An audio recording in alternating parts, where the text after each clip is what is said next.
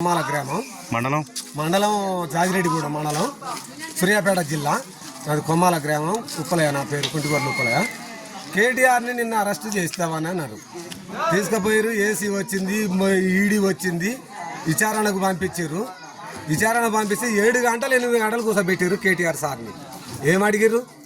ఏం ప్రశ్న? నువ్వు అడిగిన ప్రశ్నకు, ఈడీ అడిగిన ప్రశ్నకు 5 సార్లు, నువ్వు ఎన్నిసార్లు 10 సార్లు అడిగినా కానీ కేటీఆర్ సమాధానం ఇచ్చిండు, చెప్పిండు నీకు. నువ్వు ఎన్నిసార్లు విచారణ పిలిచినా కానీ కేటీఆర్ సారు 10 సార్లు పిలిచిన, నేను 5 సార్లు పిలిచినా వస్తా అని కూడా ఛాలెంజ్ చేసిండు.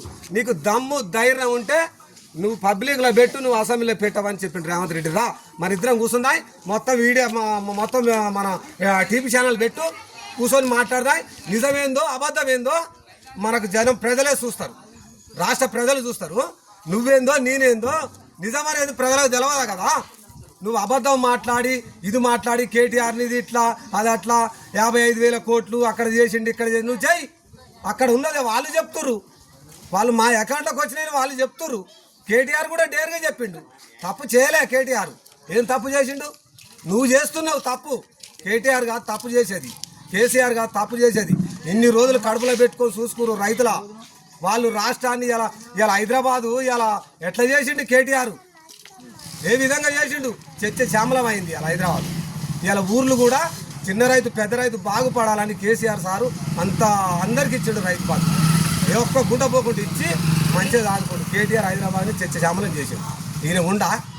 నువ్వు పోతి దాగపోతి ఒక ఇంగ్లీష్ ముక్క రాదు, నీకేం మాట్లాడదు తెలియదు. నీకు మైక్ అందుకుంటే ఇక నీకు బూతు మాటలే.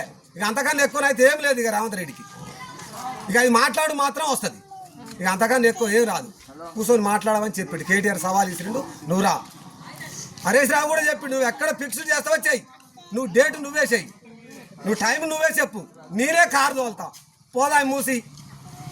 అక్కడ యాప చెట్టు ఉంది, కట్ట ఉంది, అక్కడ కూర్చొని మాట్లాడదామని హరీష్ రావు కూడా సవాల్ ఇచ్చిండు. మరి రాలేవెందుకు? ఎందుకు పారిపోయినావు? మరి రావచ్చు కదా, ప్రభుత్వం నీది ఉంది కదా, నువ్వు చేయొచ్చు. ఎందుకు చేయలేవు? నువ్వు రా, నిలబడు. రైతులకు చేయలేవు. నువ్వు ఇచ్చిన హామీలే సార్ మేము అడిగేది. నువ్వు ఇచ్చినే, మేము ఇవ్వని నీకు ఓట్లు వేస్తావు, నువ్వు మాకు ఇస్తే ఓట్లు వేస్తావు నిన్ను అడగలే. నువ్వు చెప్పినవి నిన్ను ఎక్కువ అడగాం. నువ్వు 15,000 రైతు బంధు ఇస్తా అన్నావు. ఎలక్షన్లు ఏమేమని చెప్పినావు, మేనిఫెస్టోలు ఏమని పెట్టావు? 15,000 అన్నావు. కూలీలకు 12,000 అన్నావు. ఇవన్నీ చెప్పినావు. మరి ఇప్పుడు 12,000 అన్నావు. అది నోరా? ఈ తాటి మట్ట ఏందది? ఏమన్నా అంటే కేటీఆర్ ఇది ఈ తెలంగాణ బొమ్మ మార్చుడు ఈ ఆశేసేది సీఎం. గీదా పరిపాలన? గీ చేయాలి, రైతులకు చేయాలి. తెలంగాణ రాష్ట్రం వచ్చినాడు కరెంట్ ఎక్కడున్నది?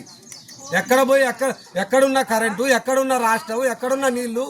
కేసీఆర్ తెలంగాణ రాష్ట్రం వస్తే నిధులు లేవంటావు, ఆర్థిక పరిస్థితులు ఉన్నామనే మాట్లాడతాము. కేసీఆర్ ఎట్లా చేసుకొచ్చిండు, ఏ విధంగా చేసుకొచ్చిండు? మరి ఆయన తెలంగాణ ఘోరంగా ఉంది. ఆంధ్ర పాలకుల నాడు రాష్ట్రం ఏర్పాటు నాడు ఘోరంగా ఉంది తెలంగాణ రాష్ట్రం. ఇలా శ్యామలం చేసిండు. కరెంటు కానీ, నీళ్లు కానీ, రైతు బంధు కానీ, కళ్యాణ లక్ష్యం కానీ, రైతు బీమా కానీ, కేసీఆర్ కిట్టు కానీ, ఇలా ఏ హాస్పిటల్లో పోతే తిడుతుంది.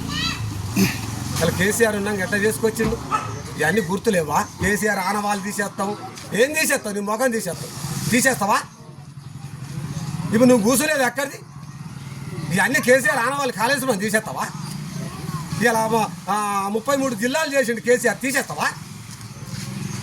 ఇలా గ్రామ సర్పంచులు తండాలు మొత్తం చేసి తీసేస్తావా ఆనవాళ్ళు? కేసీఆర్ ఆనవాళ్ళు